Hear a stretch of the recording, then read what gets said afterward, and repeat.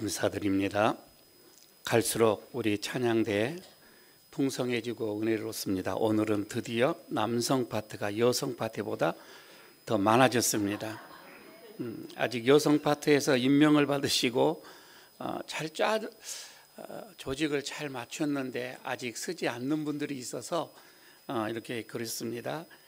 우리 여성 파트 좀 몇 분만 더 올라오시면 좋을 것 같습니다. 네, 감사합니다. 오늘 하나님께서 우리에게 주시는 말씀 봉독합니다. 누가복음 5장 1절에서 11절까지 말씀입니다. 신약성경 제 성경은 95쪽입니다. 누가복음 5장 1절에서 11절까지입니다. 제가 봉독하겠습니다. 무리가 몰려와서 하나님의 말씀을 들을새 예수는 게네사렛 호숫가에 서서 호숫가에 배 두 척이 있는 것을 보시니 어부들은 배에서 나와서 그물을 씻는지라. 예수께서 한 배에 오르시니 그 배는 시몬의 배라. 육지에서 조금 떼기를 청하시고 앉으사 배에서 무리를 가르치시더니 말씀을 마치시고 시몬에게 이르시되 깊은 데로 가서 그물을 내려 고기를 잡으라. 시몬이 대답하여 이르되 선생님, 우리들이 밤이 새도록 수고하였으되 잡은 것이 없지만은 말씀에 의지하여 내가 그물을 내리리다 하고, 그렇게 하니 고기를 잡은 것이 심히 많아 그물이 찢어지는지라. 이에 다른 배에 있는 동무들에게 손짓하여 와서 도와달라 하니 그들이 와서 두 배의 채움에 잠기게 되었더라. 시몬 베드로가 이를 보고 예수의 무릎 아래에 엎드려 이르되 주여 나를 떠나소서 나는 죄인이로소이다 하니, 이는 자기 및 자기와 함께 있는 모든 사람이 고기 잡힌 것으로 말미암아 놀라고 세베대의 아들로 시몬의 동업자인 야고보와 요한도 놀랐습니다. 예수께서 시몬에게 이르시되 무서워하지 말라. 이제 후로는 내가 사람을 취하리라 하시니 그들이 배들을 육지에 대고 모든 것을 버려두고 예수를 따르니라. 아멘. 언젠가 학교 생활인 것 같습니다. 그 많은 한 60명 정도 되어지는 아이들, 소리가 조금 올려주시기 바랍니다. 아이들, 학생들이 참 많은데 콕 집어서 제 이름을 부르더만 교무실로 오라고 하는 거예요. 무슨 일인가 싶었더니 아무 일도 아닌데 심부름을 하나 시킵니다. 선생님께서 제 이름을 콕 집어 부르고 심부름을 하는 그 순간부터 저는 그 선생님의 영원한 제자가 됐습니다. 학교 생활 내내 그 선생님이 그냥 좋은 거예요. 그냥 존경하는 거, 존경스럽습니다. 누가 뭐래도 그 선생님의 과목은 제가 1등을 했습니다. 1등을 해도 점수는 좋지 않아도 제 이름을 불러주신다고 하는 그 자체가 너무 좋은 거예요.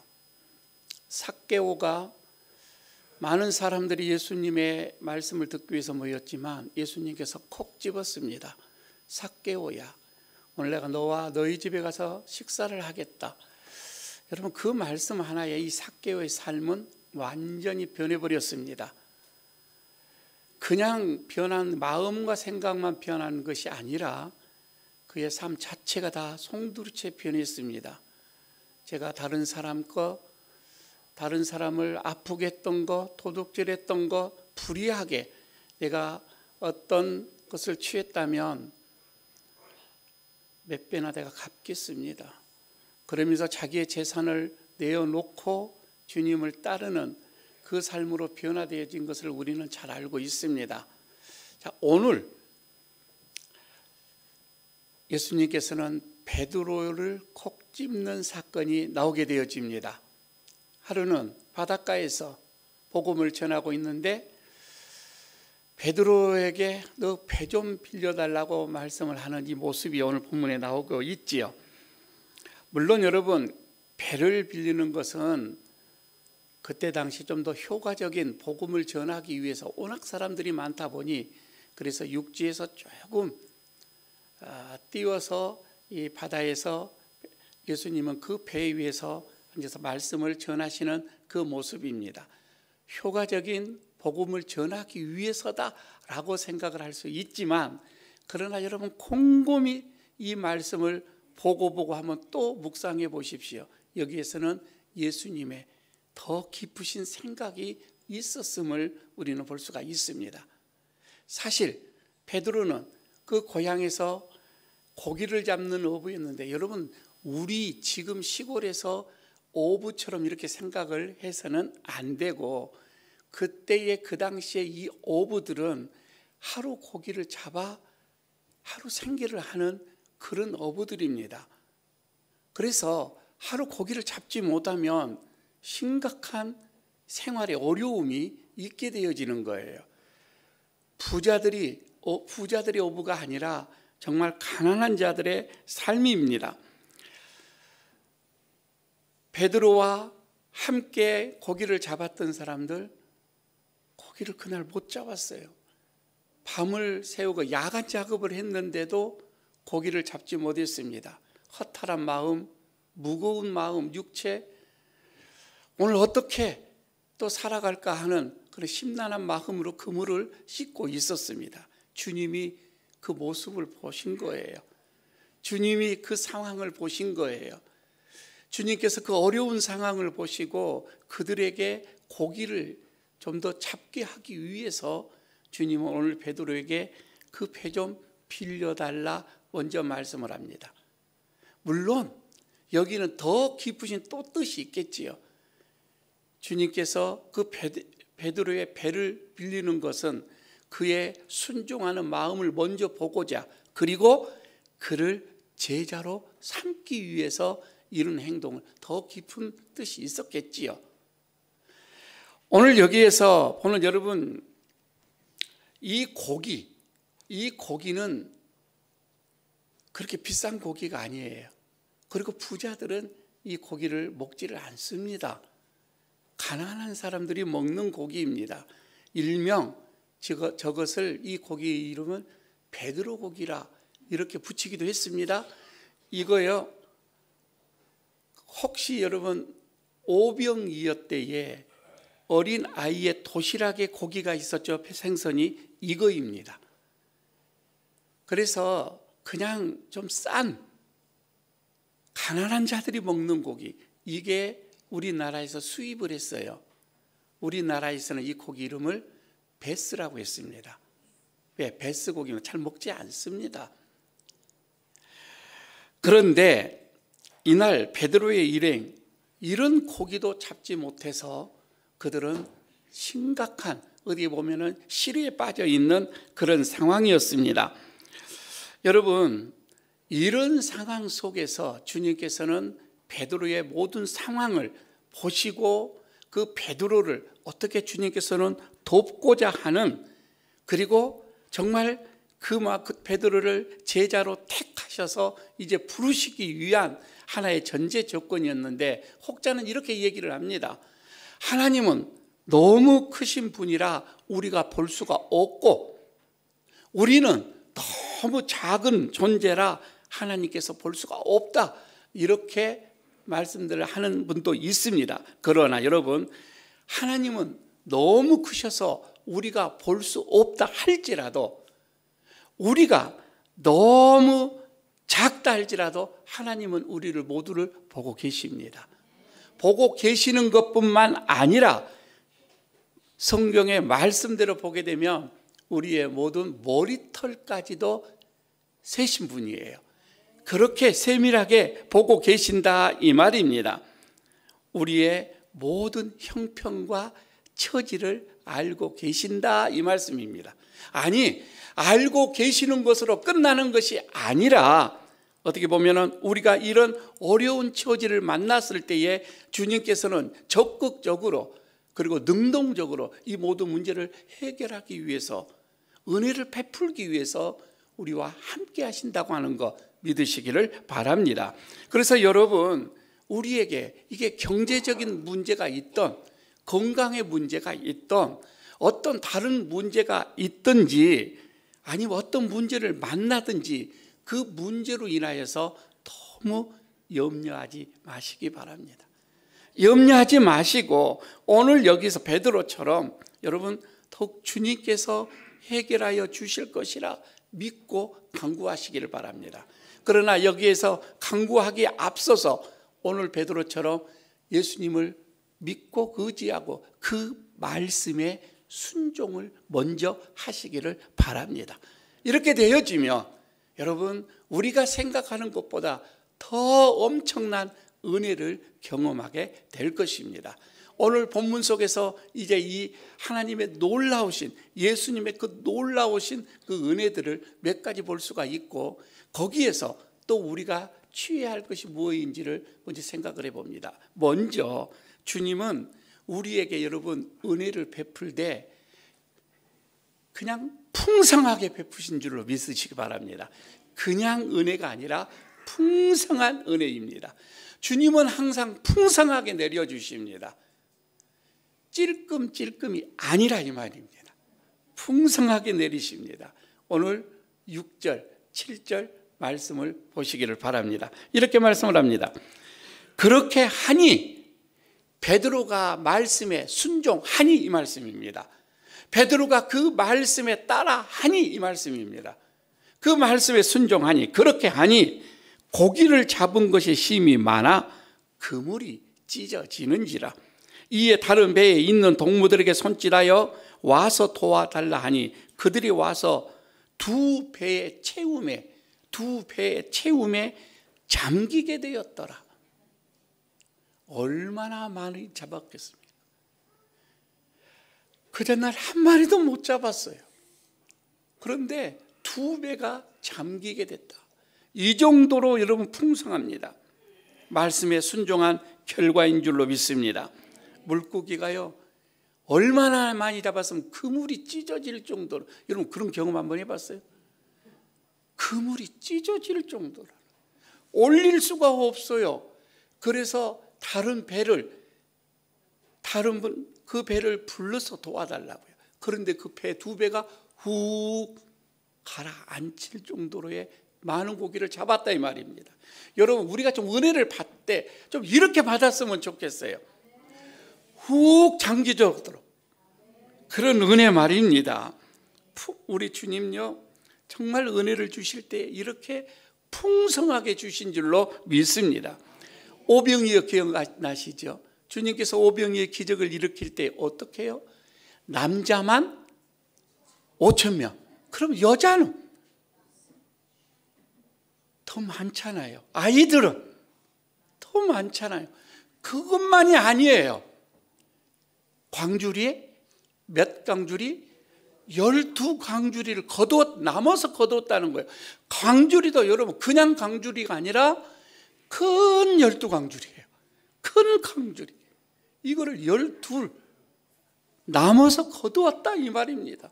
이 정도로의 풍성하게 주님께서는 은혜를 주신다 이 말입니다. 엘리사의 때에 여러분 그 기억나시겠습니까? 과부집에서 그 과부에게 은혜를 베푸는데 어떻게? 그릇을 준비해라 했습니다. 기름 말입니다. 기름을 받은 이 과부가 동네에 돌아다니면서 그릇을 다 준비를 했습니다. 그 모든 그릇에 차고 넘쳤어요. 우리 주님은 이렇게 부어주신다 이 말씀입니다. 풍성한 은혜입니다. 넘치도록 부어주시는 은혜다 이 말씀입니다. 그런데도 불구하고 그럼에도 불구하고 왜 여러분 우리가 은혜를 받아 누리지를 못합니까? 그렇게 풍성한 은혜가 주님께서는 예비되어져 있는데 왜 우리는 여러분 그것을 경험하지 못합니까? 어려운 문제가 아닙니다. 간단합니다. 말씀에 순종하지 아니했기 때문에 그렇습니다. 말씀에 순종하지 않기 때문에. 아니 여러분 우리가 성경을 보게 되면 더 깊은 이유들이 있어요. 특히 야고보서 1장에서부터 보게 되면 첫째 구하지 아니했기 때문에 그렇습니다. 여러분 구하고요 믿음으로 구하고요 조금도 의심하지 아니하면은 받는다고 그랬습니다. 의심하게 되어지면은 받을라 생각하지 말라 또 얘기를 하지요. 구하지 않기 때문에 그렇다. 그다음 또 있다고 한다면 우리가 구하되 내 정력으로 쓰려고 구하기 때문에 그렇습니다. 여러분, 사사로이 내 자신의 욕심을 채우기 위해서 주님 앞에 구하지 말라 이 말입니다. 주님은 그런 응답은 안 하셔요. 주님이 아시죠? 무엇 때문에 구하는지, 무엇 때문에 하나님 앞에 간구하는지 하나님은 알고 계시기에 사사로이 내 욕심을 위해서 구해서는 은혜를 받지를 못합니다. 또한 하고 있다면 자만, 교만하기 때문에 받지 못합니다. 만일 베드로가 그때 예수님께서 말씀을 하실 때에 아니 고기를 잡는 것은 내가 여기서 잔배가 굴렀는데 그리고 낮에는 깊은 데서 어떻게 고기를 잡아? 상식적으로 베드로가 알고 있는 것에 대해서 거부를 했다고 생각을 해보십시오. 그런 은혜는 누리지 못합니다. 교만한 마음, 자만한 마음으로 주님 앞에 섰을 때는 응답을 받지 못한다고 하는 거예요. 겸손한 자, 겸손하게 구하시고 순종하면 은혜를 누립니다. 하나가 더 있다면 여러분 너무 인색하게 하지 마십시오. 인색한 자는 주의 은혜를, 풍성한 은혜를 받지 못합니다. 불우한 이웃들, 어려움을 당하는 이웃들, 그들에게 구제하고 나눠주고 사랑을 베푸는 그 그릇에 하나님께서는 더 부어주신다고 하는 말씀입니다. 여러분, 저는 지금 우리가 은혜 받을 만한 때입니다. 지금 여러분 우리가 은혜 받을 때예요. 이 때를 여러분 헛되이 보내지 마시기를 바랍니다. 여러분 은혜 받을 만한 때에 이 때를 여러분 너무 그냥 지나치지 마시기를 바랍니다. 말씀에 여러분 순종하시기를 바랍니다. 그 말씀을 믿으시기를 바랍니다. 의와 진리를 여러분 먼저 행하십시오. 그리고 사랑으로 사람들을 섬겨보시기를 바랍니다. 베풀어 보시기를 바랍니다. 하나님께서 오늘 베드로가 누렸던 그 넘치는 은혜를, 복을 우리도 누릴 줄로 믿습니다. 두 번째, 여기서 생각을 해봅니다. 그렇게 여러분 은혜를 누린 자들이 저는 많이 있으리라고 봐집니다. 경험을 한 자들이 많이 있으리라고 봐집니다. 여기에서 여러분 우리는 만선을 바라보지 마시고 주님을 바라보시기를 바랍니다. 우리의 눈은 만선이 아니라 주님이에요. 주님을 볼 수 있어야 하는 거예요. 8절을 여러분 보시기를 바랍니다. 오늘 8절에 이렇게 말씀을 하죠. 시몬 베드로가 이를 보고 예수의 무릎 아래에 엎드려 이르되 주여 나를 떠나소서 나는 죄인입니다. 이렇게 고백하는 모습이에요. 베드로가 예수님의 말씀을 받아들이고 깊은 데로 갔습니다. 거기서 그물을 내렸습니다. 상식적으로는 되어질 일이 아니에요. 그럼에도 불구하고 여기서 그물을 던졌는데 그물이 찢어질 정도로의 고기를 많이 잡혔다 이 말이에요. 두 배가 잠길 정도로 잡혔다 이 말이에요. 여러분 베드로뿐만 아니라 그 동료들도 이런 경험은 지금까지 고기를 잡으면서 한 번도 경험해 본 적이 없어요. 얼마나 그들이 놀라운 경험을 했겠어요. 아마 어떻게 보면 진기한 이 경험 속에서 그들이 당황할 수도 있는 거예요. 감동이 될 수도 있는 거예요. 그물이 찢어질 정도로 잡힌, 끌어올릴 수가 없었다는 거예요. 그래서 다른 배를 부른 거예요. 그런데 지금 베드로는 그 끌어올리는 그 고기, 그 배가 잠기도록 쌓여있는 그 고기를 본 게 아니에요. 베드로는 거기에 관심이 없는 거예요. 그 너머에 주님을 본 거예요. 여기서 주님을 보고서 관심이 지금 주님에게, 베드로는 관심이 오직 주님만, 내 앞에 계시는 그 주님에게 관심이 간 거예요. 우리와 사뭇 다른 모습입니다. 여기서 베드로는 무릎을 꿇습니다. 그리고 나는 죄인이오니 떠나주십시오. 여러분 이것은 뭐냐면 베드로가 여기서 주님의 갑자기 여기서 주님에게서 신성함을 느끼는 거예요. 신성을 느낀 거예요. 그래서 나는 죄인입니다 라고 고백을 하죠. 일반인 분으로 보지 않았다 이 말입니다. 신성한 분으로 봤습니다. 여러분 여기서 신성하다, 신성이라고 하는 사진적인 어떤 의미로서는 함부로 가까이 할 수 없을 만큼의 고결하고 거룩함, 이것이 신성이에요. 그런데 이 베드로는 이것을 그 예수님에게서 느낀 거예요. 그래서 저는 죄인이니 저 가까이 오지 마십시오, 이거입니다. 아니 다른 지금 동료들은 고기에 눈이 팔렸어요. 그런데 베드로는 그렇지가 않았다 이 말입니다. 베드로는 고기보다도 비교할 수 없었던 예수님의 그 모습을 본 거예요. 그런데 저는 성경에서는 여기만 나온 게 아닙니다. 누가복음이죠. 요한복음 21장으로 넘어갑니다. 예수님께서 부활을 하셨습니다. 부활을 하고서 제자들에게 찾아갑니다. 어디? 갈릴리 바닷가로 찾아갑니다. 그때 제자들이 고기를 잡고 있었어요. 거기도 밤이 새도록. 아침에 예수님께서 먼저 묻습니다. 고기를 잡았느냐라고 묻지요. 제자들은 못 잡았습니다. 그렇게 얘기를 하죠. 그때에 오른편으로 한번 던져보라 얘기를 합니다. 그때 오른편에 던지니 고기가 또 얼마나 많이 잡히는지 너무 신기해서 제자들은 이 고기를 세기 시작을 합니다. 한 마리, 두 마리, 세 마리, 몇 마리까지? 어떻게 그렇게 잘 알아셔요? 153마리까지 세는 거예요. 이 고기가 여러분 그곳에서 이 고기의 종류들도 많이 있었겠지요. 무슨 고기. 그런데 153마리가 얼마나 컸는지는 모르겠지만 그물이 찢어지지 않았다라고 할 정도로의 그렇게 잡힌 거예요. 정신이 없었습니다, 제자들. 그런데 그때도 베드로는 그 너머에 주님을 본 거예요. 주님이시라 이렇게 말하고 겉옷을 입고서 그냥 배에서 뛰어내립니다. 주님에게 가기 위해서 말입니다. 고기에 팔리지 않았다 이런 말씀입니다. 여러분 마찬가지예요. 이 어부들은 만선의 꿈이 있는 거잖아요. 고기를 잡으면 얼마나 기분이 좋겠어요.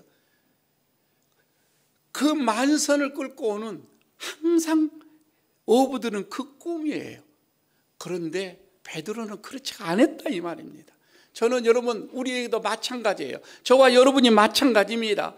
세상에서 여러분 우리가 만선의 꿈이 있어요. 성공의 만선이 있죠. 물질의 만선이 있는 거예요. 이런 꿈들이 있어요.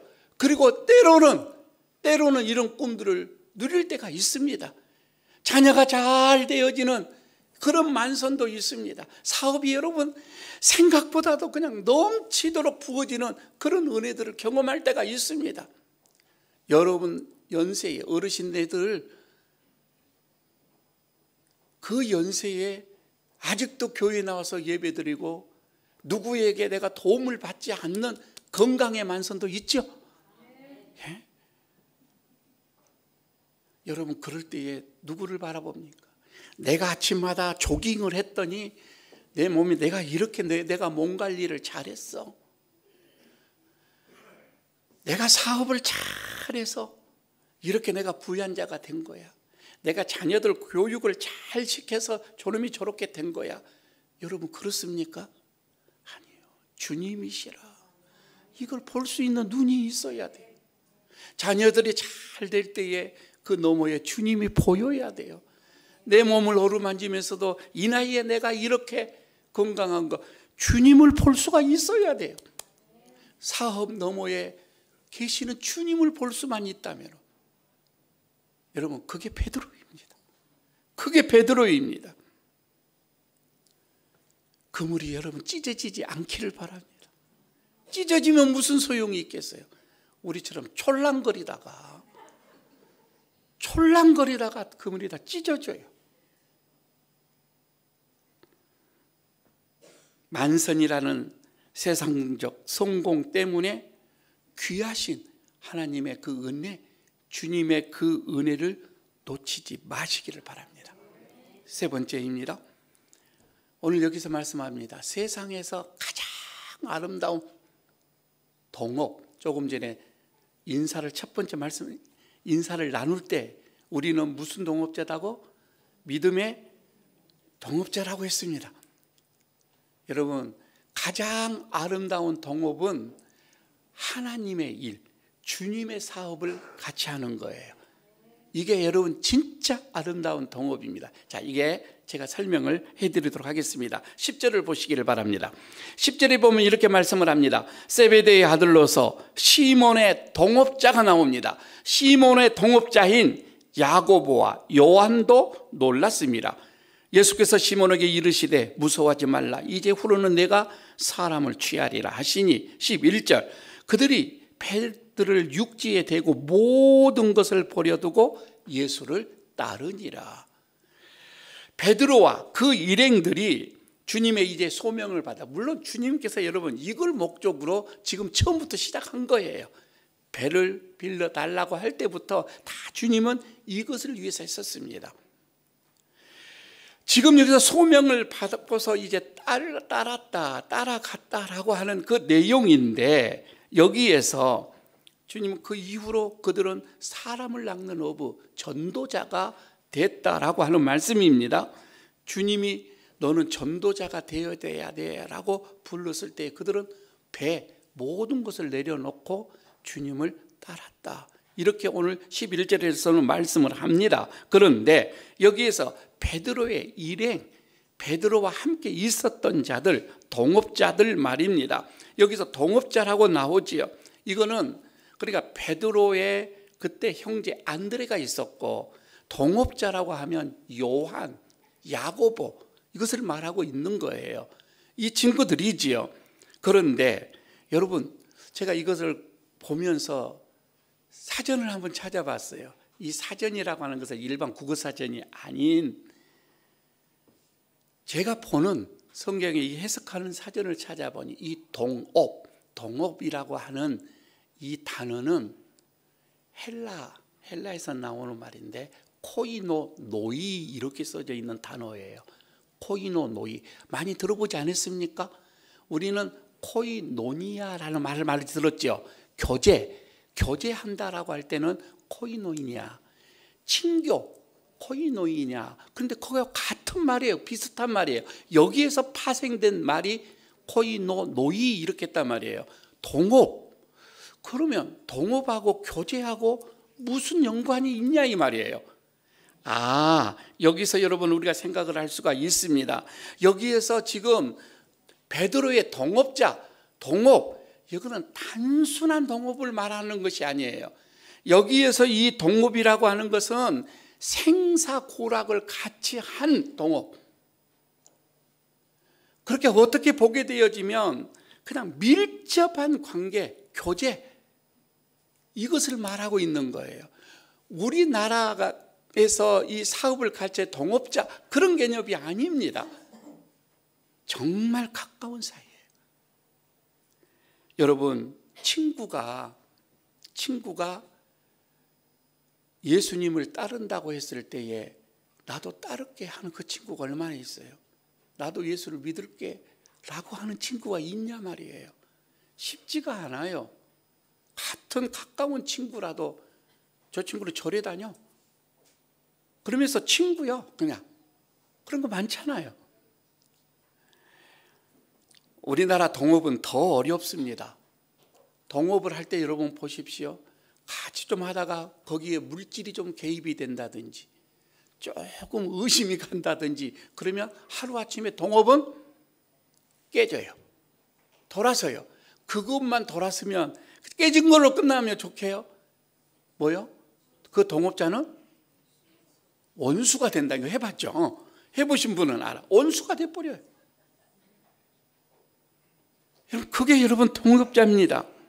그러니 여기에서 여러분 야고보, 요한 얼마나 그들의 위대한 결단이겠어요. 같이 따라갔다 이 말입니다. 대단한 결단입니다. 그래서 여러분 성경을 보십시오. 예수님께서 항상 제자들 12명 제자들 중에서도 이 사람들을 항상 더 챙겼습니다. 더 어떻게 보면 특별하게 친근감을 가져줬던 사람들입니다. 사랑하는 예일가족 여러분들, 세상에서 가장 아름다운 동업이 뭐라고요? 하나님이 주시는 그 사명을 함께 협력하는 것입니다. 여러분 여기서 잘 한번 협력해 보십시오. 이렇게 되어지면 하나님의 나라를 위해서 우리가 협력하고 동업을 하게 되어지면 그 동업이 잘 되어지면 첫째, 우리 주님 기뻐하실 거예요. 우리 주님 정말 기뻐하십니다. 둘째, 그걸로 인하여서 교회가 성장해 갈 것입니다. 셋째, 개인적으로도 주님의 은혜, 복을, 축복을 누리게 될 것입니다.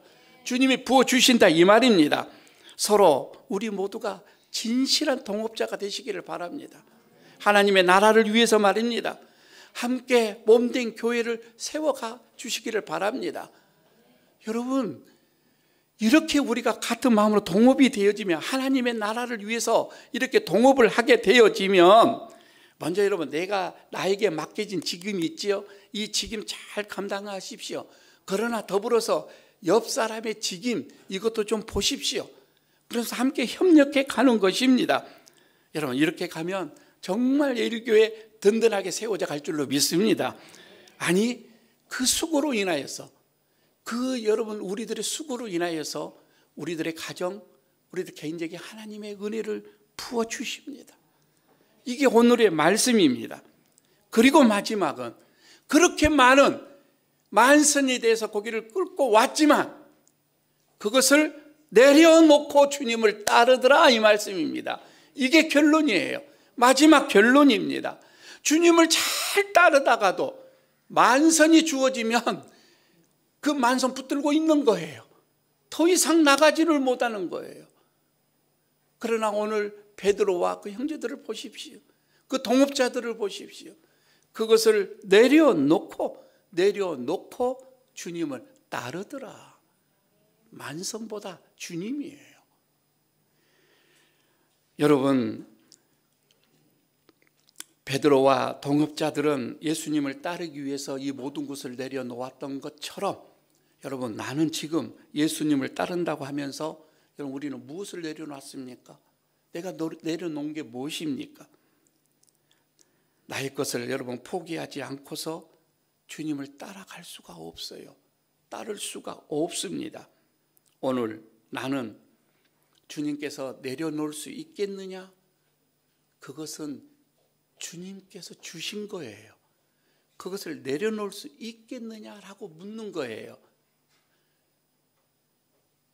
아니, 목양실에 보면 유치원 아이들이 많이 올라오죠. 제가 과자를 줍니다. 은혜예요, 은혜. 그냥 막 줍니다. 많이 줍니다. 아이들이 좋아합니다. 거기에서 제가 또 달라고 합니다. 어떤 아이는 줘요. 어떤 아이는 안 줘. 내 손에 들어왔는데 안 줘. 우리가 보면 아이들 키울 때 그렇죠.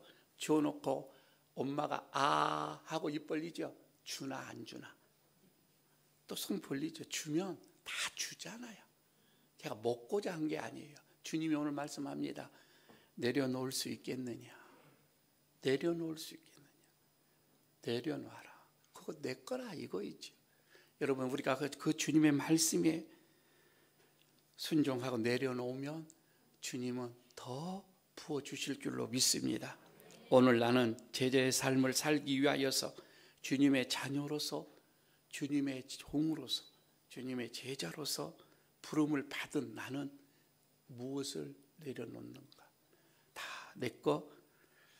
주님께서 내려놓으라고 하는 그 음성 듣고 결단하시길 바랍니다. 기도합니다. 아버지 하나님, 오늘 주님께서 우리의 모든 형편과 처지를 아시고 찾아오셔서 은혜를 베푸시고 은혜를 베푸시되 풍성하게 베풀어 주시는 주님, 우리가 그 물질에 우리의 눈이 고정되지 않게 하여 주시고 물질 너머에 계시는 주님을 바라보게 하여 주옵소서. 그리고 주님께서 이거를 내려놓고 따르라 말씀하실 때에 그 어떠한 것이라도 내려놓고 주님을 따를 수 있는 그런 믿음, 결단이 우리에게 있게 하여 주옵소서. 예수님 이름으로 기도드리옵나이다. 아멘.